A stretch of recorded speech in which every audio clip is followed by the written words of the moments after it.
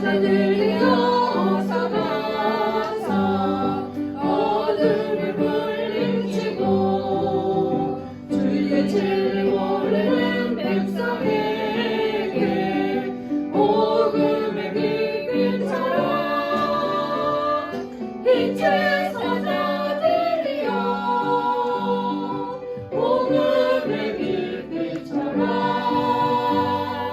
죄로운 날 밝게 비춰라 빛의 사자들이여 선한 사역을 위하여 힘을 내라 주 함께 하시겠네 주의 크신 사랑을 전파하며 복음의 빛처럼 빛의 사자들이여 복음의 빛처럼 죄로운 날 밝게 비춰라 빛의 사자들이여 주님 부탁하신 말 순종하여 이 진리 전파하라 산을 넘고 물 건너 힘을 다해 복음의 빛처럼 빛의 사자들이여 복음의 빛처럼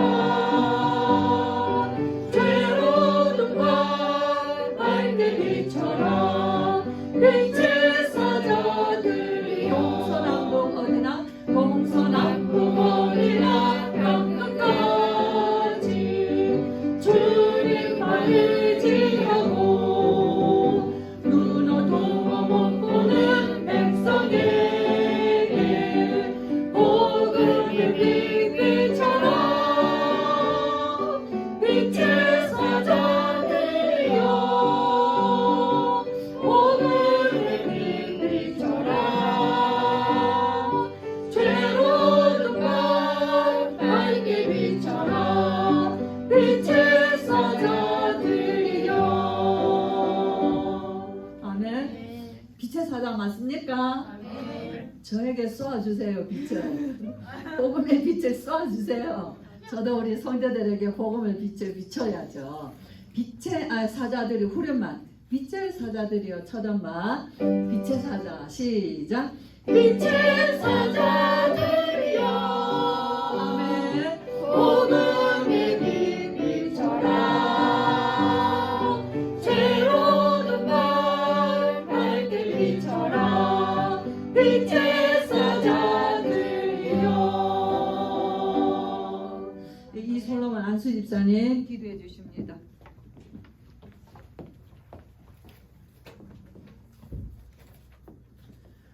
다 같이 기도드리겠습니다. 하나님 감사합니다. 오늘 모든 RTS 성도님들을 예배의 자리로 인도해 주셔서 감사를 드립니다. 지난주 말씀 주신 것처럼 기도 속으로 들어가게 해주심에 감사를 드립니다. 한 주간 문제나 어려움 속에서도 그것을 영적인 눈으로 하나님의 입장에서 보게 하시고 기도하게 하시고 응답으로 증인으로 서게 하심에 감사를 드립니다. 또한 경제적으로 육신적으로 영적으로 힘든 시기를 살고 있습니다. 이 또한 언약 붙잡고 기도 속에서 하나님이 예비하신 축복으로 누리는 모든 RTS 성도님들 되기를 원합니다. RTS 모든 성도님들이 393 기도 운동 속에 들어가 기도를 통한 응답을 날마다 누리게 하옵소서. 특히 RTS 렘넌트들도 이 축복 속에서 응답을 누리며 영적 지도자로 선교사로 증인으로 서는 축복을 허락하여 주옵소서. 이 시간 렘넌트 찬양대가 찬양할 때에 악신이 떠나가며 영혼이 치유되는 축복을 주시고 또한 선교지에 계신 최은주 이성진 선교사님, 김민수 선교사님, 서울와 목사님께 성령의 충만함과 오력을 허락해 주시고 계신 현장의 만남과 제자의 축복을 하나님의 은혜를 허락해 주옵소서. 이 이 시간 단위에 세우신 담임 목사님께 성령의 충만함과 오력을 더하여 주시고 가시는 현장마다 만남과 제자의 축복을 허락해 주시며 특별히 건강의 축복을 허락해 주옵소서. 오늘 여러 가지 사정으로 교회에 나오지 못한 성도님들 계십니다. 성도님들을 하나님께서 살펴주시고 마음과 생각 속에 하나님의 언약이 더 굳건해지는 축복을 주옵소서. 오늘 받는 말씀이 동일하게 응답되길 원합니다. 지금도 살아서 역사하시는 주 예수 그리스도의 이름으로 기도드립니다. 아멘.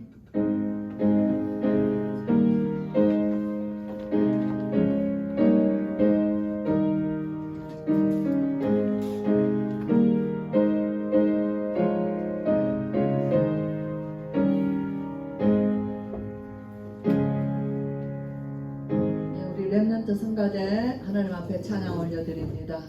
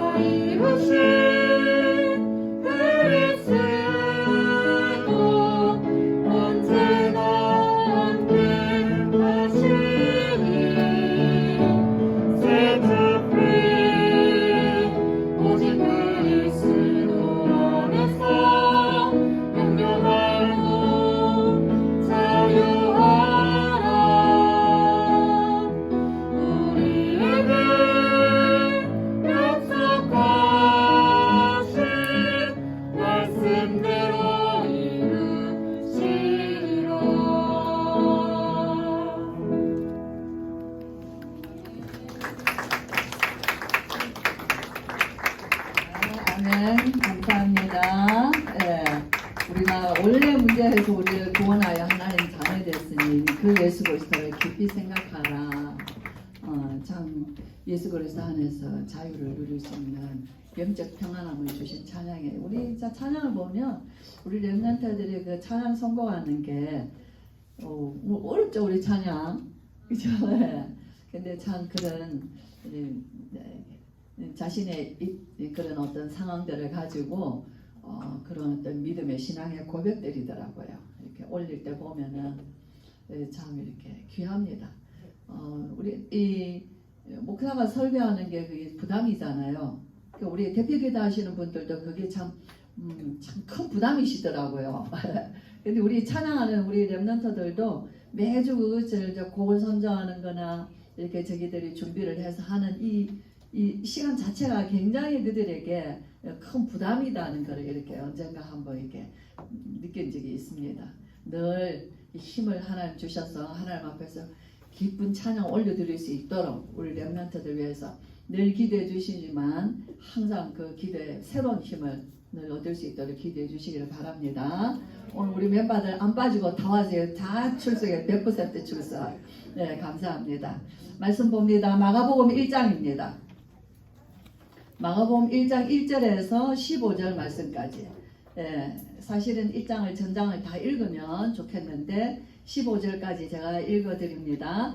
하나님의 아들 예수 그리스도의 복음의 시작이라. 선지자 이사야의 글에 보라 내가 내 사자를 네 앞에 보내노니 그가 네 길을 준비하리라. 광야에 외치는 자의 소리가 있어 이르되 너희는 주의 길을 준비하라. 그의 오실 길을 곧게 하라. 기록된 것과 같이 세례 요한이 광야에 이르러 죄사함을 받게 하는 회개의 세례를 전파하니 온 유대 지방과 예루살렘 사람이 다 나아가 자기 죄를 자복하고 요단강에서 그에게 세례를 받더라. 요한은 낙타털 옷을 입고 허리에 가죽띠를 띠고 메뚜기와 석청을 먹더라. 그가 전파하여 이르되 나보다 능력 많으시니가 내 뒤에 오시나니 나는 굽혀 그의 신발끈을 풀기도 감당하지 못하겠노라.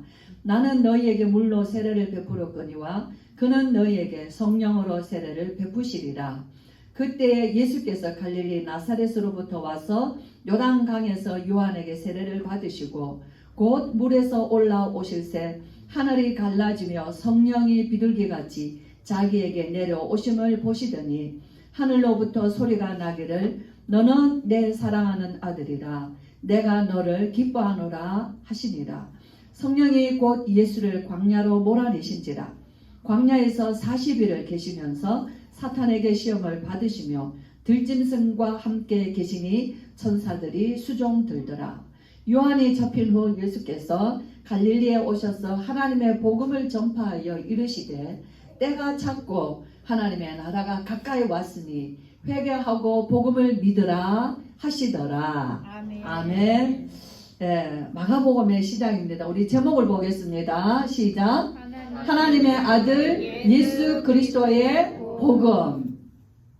참 멋지죠? 이 요한은 지금 요한복음 1장 1절이에요. 요한복음 1장 1절 암송하신 건데 같이 해볼까요? 하나님의 아들 예수 그리스도의 복음의 시작이라 이렇게 시작하죠. 그러니까 이 마가는 우리가 조금 이제 마가복음을 계속 오늘도 마가복음 5장 하셨잖아요. 이제 마가복음을 계속 이제 하실 텐데 마가는 어떤 사람이에요?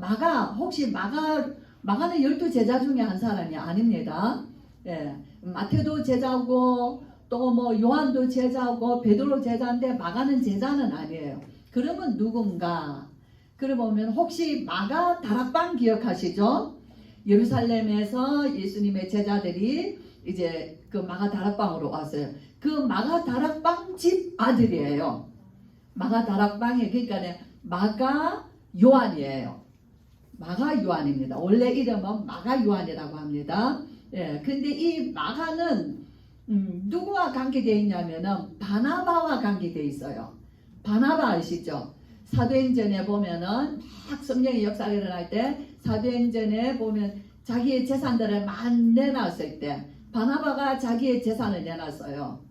그래서 거기에서 막 그 땅을 내놓고 이렇게 했죠. 그 바나바가 사도행전 11장에 보면은 바나바가 이 바울을 데리고 오는 또 장면이 있습니다. 그래서 바나바는 착한 사람이요 성령이 충만한 사람이라 이렇게 나와요. 그래서 초대 교회사에 바나바의 역할은 굉장히 중요한 사람입니다.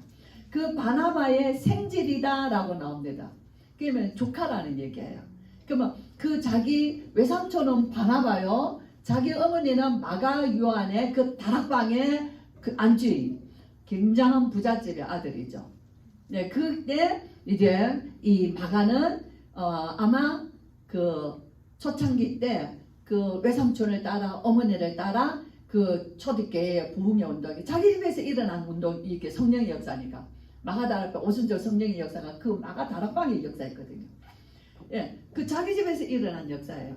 그러니까는 그 복음의 역사를 처음부터 다 듣고 배운 청년이다 그 말이에요. 그러면서 이 나중에 베드로에서 보면은 베드로전서에 보면은 내 아들 마가에게 이렇게 얘기합니다. 다시 말하면 베드로로서 사도 베드로로 많은 영적인 영향력을 지도를 받았던 또 청년이죠. 그리고는 또 뭐예요?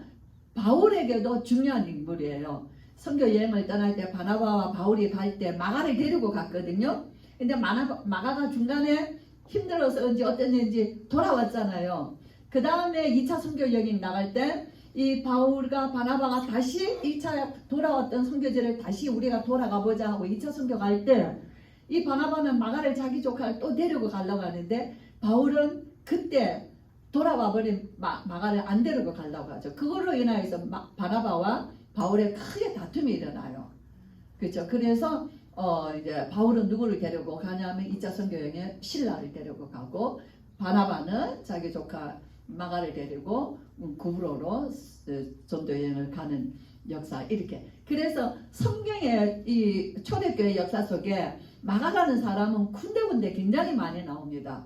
그런데 바울이 디모데서의 편지를 보낼 때 마가를 데리고 오라라고 얘기해요. 그는 나에게 필요한 사람이다라고 얘기를 합니다. 바울이 감옥에 있을 때 그 또 중간에 많은 이름이 여러 번 나오는데 이 마가가 바울에게도 굉장히 총애를 받고 중요한 복음 전도 운동의 역사에 쓰임 받았던 젊은 일꾼이다는 것을 우리가 기억하면 됩니다. 그래서 이 마가가 이 마가복음을 기록했어요. 근데 이 마가복음을 받는 사람의 대상이 누구냐는 거예요. 마태는 예수님의 12 제자 중에 한 사람으로서 이 마태복음을 유대인들에게 보낸 편지예요. 그래서 예수님이 우리가 기다린 아브라함의 자손, 아브라함과 다윗의 자손으로 오신 메시아다라고 1장에서 기록하고 있죠. 그래서 받는 대상이 유대인들에게 그는 우리가 정말 약속되었던 메시아다라고 얘기해요. 왜냐하면 마가는 누구에게 기록하냐면은 이 복음서를 로마에 있는 이방인 기독교인들에게 보낸 편지예요. 그렇기 때문에 이 내용이 예수님의 어린 시절이나 예수님의 족보 이야기나 이런 것이 나오지 않는 거예요. 그게 필요치가 않습니다. 그런데 마태복음이나 누가복음이나 이런 걸 보면 예수님의 족보 또 어릴 때의 시절 이야기들이 상세하게 기록되어 있거든요. 마가복음은 그 거두점이 그게 필요 없는 거예요. 오늘 너희들이 예수를 믿고 구원받아 하나님의 백성이 돼서 크리스찬이 됐는데 로마의 이 시대 굉장히 네로의 시대에 60년대에 핍박이 로마의 핍박이 아주 심할 때거든요. 그러니까 로마에서 복음을 받은 크리스찬들이 그 어려운 핍박과 환난 가운데 있는 성도들에게 예수님이 누구신가를 보낸 편지가 마가복음이에요. 그러니까 내용이 어떤 성경 사복음서보다 굉장히 딱 간단합니다. 그리고 그 전달하고자 하는 의미가 간단하면서 이렇게 시간이 촉박한 시간감을 느낄 수가 있어요.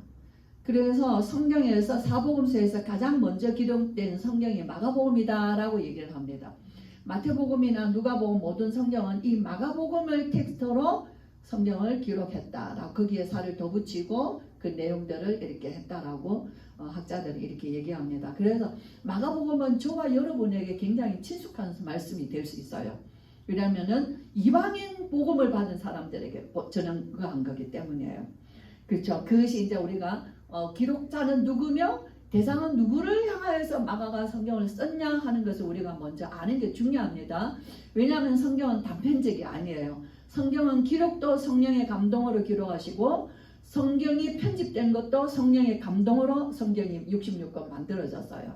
그렇죠. 저와 여러분 우리가 마가가 그 복음을 그들에게 이 환난 가운데 있는 성도들에게 이 복음을 전하고 싶단 말이에요. 예수님을 알려주고 싶은 거예요. 당신들이 받은 믿음이 그 어려운 시기 속에서 낙심하고 흔들릴 수 있는 그런 복음이 아니다는 거예요. 예, 그것이 정말 확실하게 비록 우리가 어려운 가운데 환난 가운데 있지만은 당신들이 받은 그 복음은 우리의 인생의 완전한 해답이시며 우리를 구원하셨기 때문에 정말 이 복음 속에 굳게 그 믿음을 지키라는 그 마음의 소원을 가진 거예요. 그러면 그 마가에게 그 마음을 불어넣어서 하나님의 말씀을 그 내가 어려서부터 보고 듣고 배웠고 가르침을 받았던 그 예수님을 그를 전해주고자 싶어 했던 그 마가 속에 있었던 그 마음은 누가 주신 거예요? 그 마음은 누가 주셨어요? 그 마음을 성령께서 주신 거다 그 말이에요.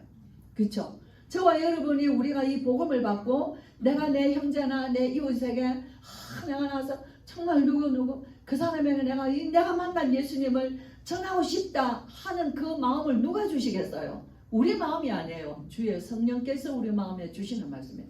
저 선교사님들이 이 2억 만리를 되는 이 나라에 우리 이 조그만 나라에 지도상에서도 정말 찾아보기 이 조그마한 이 나라를 저 먼 나라 그 여기에서 150년 전이면 우리나라 어떤 나라였겠어요? 그죠? 뭐 말도 못하는 그 나라죠. 그런 양반 쌍놈 백정 뭐 이런 게요. 그런 때에 그 저 미국이나 저 호주나 저 유럽에서 그 청년들의 가슴 속에 이 예수 그리스도의 이 복음을 받고 그죠? 전 세계 선교사로 자원하면서 이 알지 못하는 동양의 끝에 있는 우상 숭배하는 나라에 그죠? 그리고 또 그 당시에는 일제의 핍박고 일제 식민지 속에 있었 그런 굉장히 위기 속에 있었던 그런 나라에 내가 그 위기 만난 나라에 가서 복음 전하겠다라고 그 마음에 그들의 일생을 20대에 그죠? 앞길이 좀 여기서 좀 잘 좀 이렇게 있다가 좀 내 나이가 이제 한 50이나 돼서 그때 내가 선교를 가야지 이것도 아니고 복음을 받아 그 뜨거운 가슴에 20대에 내가 그 나라에 가서 내가 이 복음을 전하겠다라고 그 생각했던 그 마음을 누가 주시겠어요? 그 성령이 주시는 거예요. 그 성령이 주신 거예요. 그 성령이 그들 마음속에 그 불을 붙이시고 그죠? 그리고 그 속에 이 복음으로 그들을 살리러 가야겠다는 그 마음 그게 그들 속에 하나님이 역사하신 믿음이거든요. 그죠? 우리가 이 바가를 보면서 저 여러분 모든 성경 기록자는 마찬가지입니다. 바울도 마찬가지고 모세도 마찬가지고 그죠? 저와 여러분의 마음속에 내가 예수를 만나서 내가 살아있는 예수와 함께 내 인생의 해답이요 내 인생의 행복이요 내 인생의 구원이요 내 인생의 답이요 내가 정말 이것이 확실하다면 저와 여러분 마음속에 어떤 마음 들겠어요? 나는 이 복음을 받았는데 가서 전해야 되겠다는 마음이 우리 마음속에 불을 질려야지 되는 거예요. 입을 지프로 잠궈서 벙어리로 머물 수 있을 수가 없는 거예요. 그죠? 그러면 우리가 어떻게 해요? 그 상대방을 두고 우리가 하나님 앞에 기도하면서 준비하는 거예요. 선교사님들이 자신이 이 땅에 오기 위해서는요 의사를 준비하기도 하고 그죠? 무슨 막 많은 것을 나름대로 신학도 공부하고 대학도 공부하고 법도 준비하고 많은 것을 공부를 했지만은 정말 선교지에 필요한 것들을 또 다 준비를 해서 하나님 앞에 가는 거예요. 부름 받아서. 그죠? 그것이 우리가 우리 마음속에 한 사람을 준비시키는 하나님의 여정인 거예요. 그 참 그런 거를 우리가 한번 자세히 쳐다보세요. 그럼 저와 여러분은 내가 주님의 손에서 어떤 여정으로 우리의 인생을 생각 나는 어떤 메시지가 좋다 어떤 말씀이 좋다 그런 얘기가 할 필요 없는 거예요. 내 안에 예수 그리스도 오셨다는 거예요. 난 정말 예수 그리스도로 구원받은 하나님 자녀 내가 받은 구원이 뭔가 하는 거예요. 저는 이 처음에 이 복음을 받았을 때 정말 제 속에 불이 났어요. 저 이 가서 복음 전해야 되겠다. 내가 들었지 않냐? 난 내 형제들 이 복음을 듣지 못했지 않냐? 오늘 우리 애들 이 복음을 가서 전해야 되겠다는 거죠. 그죠? 예. 그래서 그들이 와서 뭘 전해줬습니까? 예수님에 관하여서 전해준 거예요. 예수님에 관하여서. 그것이 우리 속에 내가 예수를 믿는 믿음인 거예요. 그렇죠? 믿음은 우리에게서 나는 것이 아닙니다. 오늘 새벽기도 메시지에서 했지만은 정말 우리가 제 에베소서의 성경을 보면서 믿음은 어디서 나는 거냐? 어디서 나죠? 믿음은 너희에게서 난 것이 아니니 하나님의 선물이라. 믿음 에베소서 2장 8절에 보면은 믿음은 은혜로 말미암아 믿음으로 너희가 구원을 받았으니 이 믿음은 사람에게서 난 것이 아니요 하나님의 선물이라. 그래서 뭐랍니까? 행위에서 난 것이 아니니 자랑하지 말지니라. 저와 여러분 우리 속에 제가 지금 제가 긴 시간을 얘기를 했는데 우리 마음에 그 마음을 불어넣어 주신 분이 성령인데요. 그 성령으로 인하여서 내가 그 삶으로 나가는 데까지는요, 내 안에 있는 하나님이 주신 믿음으로 움직이는 거예요. 그렇죠? 내가 들었다고 하는 게 아니에요. 예수 이름을 들고 나가는 것은 정말 내 안에 계시는 성령께서 내 안에 그 마음을 주신 믿음으로 나가는 것이다, 그 말이에요. 믿음은 하나님이 주신 것이에요. 저와 여러분 예수를 믿습니다. 한번 점검해 보세요. 내 안에 계시는, 내가 예수를 믿는데, 내가 하나님을 믿는데 정말 내게 있는 이 믿음은 누구가 주신 믿음인가? 그죠? 혈류병 여인이 어떤 마음을 가졌어요? 내가 예수님의 옷자락을 만지기만 해도 내 병이 낫겠다 라는 마음에 믿음이 생겼어요. 그렇죠? 예. 그래서 이 여인은 그 많은 사람들을 해치고 예수님께 나가서 그 옷자락을 만졌는데 그의 능력이 자기 몸에 임했어요. 예수님도 뭐예요? 자기에게서 능력이 나가신 것을 아셨어요. 내 몸에 혈류가 마른 것을 알았단 말이에요. 우리가 병이 낫는 거 어느 날 내가 나았구나 하는 거 아는 날이 옵니다. 그죠? 예. 그랬을 때 예수님이 자기에게서 능력이 나간 걸 아시고 누가 내 옷에 손을 대었느냐 라고 그 손댄 사람을 보시려고 뒤로 돌아다봤어요. 그쵸? 이 여인이 두려워서 자기가 그렇게 했다고 얘기를 합니다. 자기가 이렇게 망하는 병으로 12년 동안 혈류증으로 고생하고 많은 의원들에게 고통받고 그렇게 하면서 정말 내가 주님께 나오면 내가 살 거라고 믿고 나왔습니다. 내가 오늘 나왔습니다. 그렇죠? 예수님 뭐라 말씀하셨나요? 딸아, 네 믿음이 너를 낫게 했다. 그랬어요. 그 믿음은 예수님 그림 성경에 기록되어 있는데요. 진짜는 뭐냐? 딸아, 하나님이 내게 그 마음을 주신 그 믿음이 너를 낫게 했다. 그게 믿음은 우리에게서 나는 것이 아니에요. 믿음은 하나님이 주시는 거예요. 저와 여러분, 우리의 신앙의 근본은 내가 열심히 해서 신앙생활을 하는 게 아닙니다. 내가 하나님을 사랑하고 그 하나님이 그 사랑한 마음을 믿음으로 주셨어요. 그죠? 내가 예수가 그리스도라 믿고 고백하고 내 인생을 예수 그리스도와 주님과 동행하며 사는 그 믿음을 하나님이 내게 주셨어요. 그 외에는 종교생활입니다. 다 자기가 하는 거예요. 그렇기 때문에 뭐예요? 내가 했는데, 내가 이만큼 했는데, 그죠? 자기에게 응답이 없으면은 원망하고 불평하는 거예요.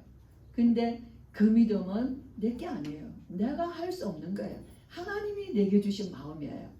저와 여러분, 정말 우리의 신앙생활은 하나님이 위로부터 우리에게 믿음을 불어넣어 주셔야지 우리가 예배도 드릴 수 있고 내가 하나님 앞에 헌신할 수도 있고 내가 나가서 전도도 할 수 있어요. 하나님 우리에게 믿음을 주옵소서. 어떤 사람 얘기하죠. 내 믿음 없는 것을 불쌍히 여기시고 내게 믿음을 주옵소서. 참 저는 우리가 이 청년이 그 마음속에 성령께서 그 마음을 주시고 그 마음을 가지고 이 성경을 기록했다는 것이 너무 정말 너무나 귀하더라고요. 그래서 오늘 이 로마에 있는 기독교인들이 이 복음을 아주 심플한 복음을 쫙 듣게 돼 있어요. 이 1장에서 16장까지거든요. 1장에서 16장 짧아요. 사복음서의 가장 짧은 성경 아닙니까? 근데 이 성경을 보면은요, 딱딱 세 파트로 나눠져 있어요. 갈릴리에서 예수님 딱 나타나셔서 오늘 어떻게 되세요? 하나님의 아들 예수 그리스도의 복음의 시작이다. 자, 이 시작 여기부터 시작하잖아요. 선지자의 글에 보라 내가 내 사자를 네 앞서 보내리니 그가 네 길을 준비하며 광야에 외치는 소리가 있다 그 말했어요. 예수님이 복음이 나타나시는데 그 시작은 어떻게 시작하냐면요, 광야에 외치는 자의 소리가 먼저 있는 거예요. 그렇죠? 이사야서 40장에 보면은 회복의 메시지가 이사야 40장부터 시작돼요. 이사야는 66권이거든요. 이사야서는. 근데 39권까지는 심판입니다. 40장부터는 이스라엘의 회복의 메시지인데요. 거기에서 말하는 자여 소리여 이르되 외치라. 그래. 내가 무엇이라 외치리까? 모든 인생은 풀이요 들의 꽃, 그의 영광은 들의 꽃과 같으나, 그죠? 풀은 마르고 꽃은 시드나 여호와의 영광, 여호와의 말씀은 영원히 서리라 하라. 말하는 자여 소리여 이르되 내가 무엇이라 말하리까? 그죠? 광야에 외치는 자요 여호와의 길을 대로를 평탄케 하라. 그래서 이미 이사야를 통하여서 이미 예수님이 오시기 전에 외치는 자가 먼저 외칠 거라는 것을 말하고 있어요. 근데 오늘 마가는 그거부터 시작하잖아요. 외치는 자가 광야에서 외치는 자의 소리가 있었다 그랬어요. 언제부터 이사야서에 기록이 되어 있는 거예요. 그가 오셨어요. 세례 요한이 왔죠. 그래서 그가 세례 요한이다. 죄사함 받게 하는 거예요. 왕이 오시는데 메시아가 오시는데 그죠? 먼저 대로를 열어라는 거예요. 하나님께 나아가는 길을 열어라는 거죠. 그래서 그들이 나와서 세례를 받았습니다. 자기 죄를 자복하고 세례 받았어요. 이거 물세례죠. 그래서 요한은 어떤 사람이다는 거 나오죠. 그리고 내 뒤에 오시는 이가 있는데 나는 너에게 물로 세례를 주지만 그는 성령으로 너에게 세례를 베풀 자다. 그럽니다. 성령 세례를 주시는 분이에요. 우리가 예수님을 영접하면 성령이 내 안에 들어오시는 거예요. 예수의 영, 주의 영이 내 안에 오시는 거거든요. 그래서 예수님이 오셔서 그때 예수께서 갈릴리 나사렛, 예수님의 고향이 나사렛 아닙니까? 갈릴리 나사렛으로부터 요단강에 오셔서 세례 요한에게 세례를 베풀라고 합니다. 다른 성경에 보면은 세례 요한이 예수님께 세례 베풀기를 자기는 할 수 없다고 얘기해요. 근데 예수님 뭐라고 하면 네가 오늘 나에게 세례를 베풀거나 하나님의 뜻을 이루자. 우리가 함께 아버지의 뜻을 이루자 하고 얘기합니다. 예수님 왜 세례 받으셔요? 세례는 죄인들이 받는 건데, 그렇죠? 저와 여러분이 세례 받잖아요. 우리 아기들도 태어나면 유아 세례도 주죠. 저와 여러분 왜 세례 받습니까? 내 죄를 자복하고 내가 물속에 들어갔다가 나온 씻음과 같이 우리의 죄를 씻기 위한 그 모습이 세례거든요. 그래서 세례 받는 거예요. 세례는 어떤 형식이 아니에요. 그렇죠? 내가 죄인인 것을 죄 씻음 받기 위한 첫 번째 세례가 물 세례단 말이에요. 근데 예수님은 왜 세례를 받으십니까? 죄가 없으신데. 그렇죠? 아버지의 뜻을 이루기 위해. 아버지의 뜻은 뭐예요? 그가 우리를 대신하여 우리의 죄를 담당하실 자시기 때문에, 우리의 죄를 지실 자이기 때문에 그는 세례를 받으시는 거예요. 이렇게 예수님의 사역이 시작됩니다. 그는 우리 죄를 담당하실 자라는 거예요. 그리고 성령으로 이끌려서 광야에서 40일을 하나님 앞에 기도로 시작하시죠. 이 장면 하나하나가 우리 자세히 이 성경을 묵상하면요, 하나님이 예수님을 관하여서 얼마나 하나님과 하나님의 아들 예수님이 성령으로 세밀하게 구속의 역사를 이루어 가시는지를 우리가 정말 보면 감탄할 수밖에 없어요. 세례를 받으시는데요, 우리 예수님이 물에서 올라오시니까 성령이 하늘에서 비둘기같이 우리 예수님에게 임하셨어요. 주님이 성령으로 충만하신 거예요. 그렇죠? 성령 세례를 받으시는 거예요. 그리고 뭐라 합니까? 하나님께로부터 하늘로서 소리가 나는데 너는 내 사랑하는 아들이라. 내가 너를 기뻐하노라. 죄인의 세례를 받으셨는데 하나님은 이때부터 하나님은 너는 내 사랑하는 아들이라. 내가 너를 기뻐한다. 이 일을 우리 하나님이 너무너무 기뻐하시는 일이에요. 아버지와 하나님 아들이 이미 이 일을 계획하시고 때가 되면 하나님이 사람 몸을 입고 오신 것이에요. 그렇죠? 저와 받은 구원이 어떤 구원이에요? 돈 주고 살 수 있는 구원이 아니에요. 내가 힘들면 안 가고, 내가 뭐 마음에 가고 싶은 마음이 생기면 교회 가고 예배 드려주고, 그죠? 그 예수님을 몰라서 그래요. 나를 구원하신 예수님은 나를 향하여서 얼마만큼 사랑하시고, 얼마만큼 세밀하게 보시고, 얼마만큼 내 인생의 시작과 계획, 마지막을 그가 다 계획하셨다는 거예요. 문제, 어려움 상관없이 우리는요, 내가 믿었기 때문에 내가 믿은 걸로 자랑하고, 내가 믿었는데 하나님이 응답 없으면 우리는 원망하고 불신하고 떠나가는 거예요. 그는 뭐예요? 자기 믿음이에요. 하나님이 주시는 예수 그리스도로 말미암아 온 우리에게 주신 그 믿음이 아니라는 거예요. 그죠? 그래서 예수님은 광야에서 40일을 기도하십니다. 기도가 다 끝나니까 줄이시죠. 마귀가 와서 뭐라 그래요? 또 네가 하나님의 아들이었던 그래요. 그죠? 이 돌로 떡 만들어 먹어라. 근데 우리 예수님은 하죠. 사람이 떡으로만 사는 것이 아니라 하나님의 말씀으로 산다. 사단을 신명기 8장의 말씀이에요. 그죠? 광야에서 이스라엘 백성이요 뭘 먹이세요? 하나님이 만나로 먹이셨어요. 그죠? 너희가 이 사람이 떡으로만 사는 것이 아니라 하나님의 말씀으로 사. 신명기는 그죠? 다시 이스라엘 백성에게 하나님의 말씀을 다시 가르쳐주는 말씀이거든요. 그러니까 그 말씀 붙잡고 가라는 걸 얘기를 하는 거예요. 너희가 광야에서 굶지 않았지 않냐? 하나님이 다 먹였지 않냐? 그거 신경 쓰지 말라는 거예요. 그죠? 말씀으로 산다. 그럼 마귀가 또 뭐라 그래요? 높은 데 데리고 가가지고 여기서 뛰어내려라. 그럼 천사가 와서 너를 구원하여 줄 거 아니냐? 얘기해죠. 예수님이 마귀에게 너 하나님이 시험하지 말라 그래요. 근데 예수님이 십자가에 달렸을 때 그 예수님을 모욕하고 예수를 십자가에 못 박은 자들이 뭐라고 말합니까? 너 십자가에서 뛰어내려봐라. 그러면 우리가 네가 메시아인 줄 믿겠다. 똑같이 얘기합니다. 그죠? 마귀의 시험하는 거는요. 우리가 뭔가 내가 억울하다고 생각하고 내가 막 힘들어할 때요. 네가 왜 그러고 있어? 우리의 마음에 불신앙을 확 넣어줘요. 예수님이 십자가상에 있을 때 모두가 지나가 네가 메시아거든. 네가 한번 거기서 뛰어내려봐라. 내려와봐라. 그러면 우리가 너를 메시아인 줄 믿겠다. 사복음 다 기록되어 있어요. 마귀는 예수님을 네가 하나님의 아들이어든 뛰어내려봐라. 그럼 너 다치지 않고 붙들어 주실 거 아니냐. 저 여러분 인생에 마귀의 시험하는 거 잘 보셔야 돼요.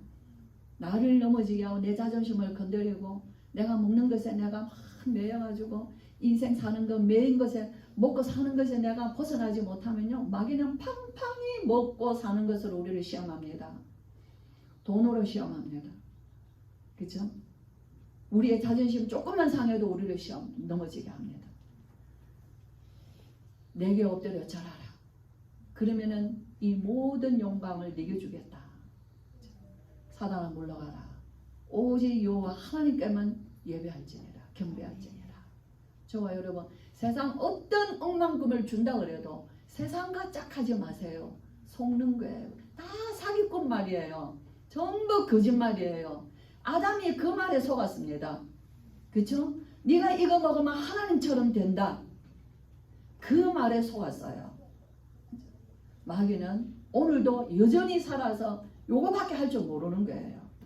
우리 예수님을 우리 천사들이 나와서 주님을 수종 들었어요. 그리고 요한의 시대가 끝난 것을 보여줍니다. 요한은 잡히고 예수님은 갈릴리에 나오셔서 짠 예수님이 나타나신 거예요. 복음을 전하신 거예요. 요한의 시간표는 여기까지. 세례 요한. 그래서 우리 예수님이 뭐라 말합니까? 세례 요한을 보고 여자가 낳은 자 중에는 가장 큰 자요. 천국에서는 작은 자니라. 왜 그렇게 했죠? 여자가 낳은 자 중에 이 세례 요한은 구약에서부터 계속 메시아에 대한 예언을 이끌어왔던 선지자 중에 마지막 선지자예요. 예수님을 보고 증거한 선지자입니다. 그렇죠? 그래서 여자가 낳은 자 중에는 가장 큰 자요. 왜? 예수님에게 세례를 주고 예수님을 보고 증거를 했거든요. 그런데 천국에서는 예수님 시대가 왔을 때는 작은 자네라 물러나는 거예요. 세례요한 이제 선지자의 시대는 끝이 났어요. 예수님이 이 땅에 오신 것이에요. 그죠? 그래서 우리 예수님이 때가 찼고 하나님 나라가 너희에게 임하였고 너희는 회개하고 복음을 받아라. 복음을 믿으라. 이렇게 다시 말하면 내가 너희 앞에 나타난 이 선지자들로부터 세례 요한까지 증거된 이 예수 그리스도 곧 내가 천국이요 너희는 나를 믿으라 이 말이에요. 그래서 마가복음은 시작이 됩니다.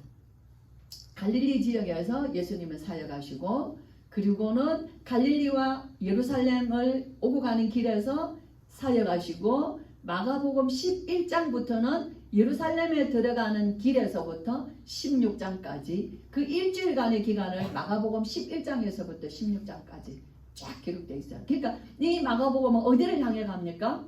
예수님의 여정. 목적지가 어디예요? 예수님에게 꿈이 있어요. 예수님에게도 꿈이 있다니까. 언약의 꿈이 있단 말이에요. 그 예수님에게 있는 언약의 꿈은 십자가예요. 십자가 지시는 그 여정은 그죠? 마가복음은 진짜 마가복음. 그래서 저 마가복음 이번 주간에도 많이 읽었어요. 한 3번 정도, 3번, 4번 정도 계속 듣고 누워서는 마가복음을 들었어요. 그리고 제가 책상에 앉아서는 마가복음, 제가 성경 말씀을 딴 말씀 준비 안 해서 마가복음만 계속 읽으면서 예수님이 어떻게 이 땅에 시작하셨으며, 세례요한 너무 아깝다. 그는 날때 금수저 갖고 태어난 사람인데, 제가 우리 아이들 보고 그랬어요. 세례요한은 금수저 갖고 태어난 사람이야. 자기 아버지는 제사장, 레위 지파에, 이스라엘에서는 최고 귀한 레위 지파에 아버지 제사장으로서, 자기는 제사장이에요. 가문의 아들인데 예수님을 말하러 외치는, 광야에서 외치는 자의 소리로 예수님을 말하고 자기의 세례요한의 무대는 끝이 났어요. 예수님과 동갑이에요. 30살. 30살 나타나서 예수님이 나타나시고 세례요한의 헤롯에게 죽음을 당하죠. 세례요한의 사역은 거기까지. 저와 여러분, 나를 향하신, 여러분을 향하신 하나님의 시간표가 있습니다. 언제까지나 있는 게 아니에요. 정말 하나님, 내 안에 계시는 예수 그리스도, 성령께서 마가의 마음에 주셨던 것 내게도 주시고, 하나님이요, 정말 예수님이 왜 오셨어요?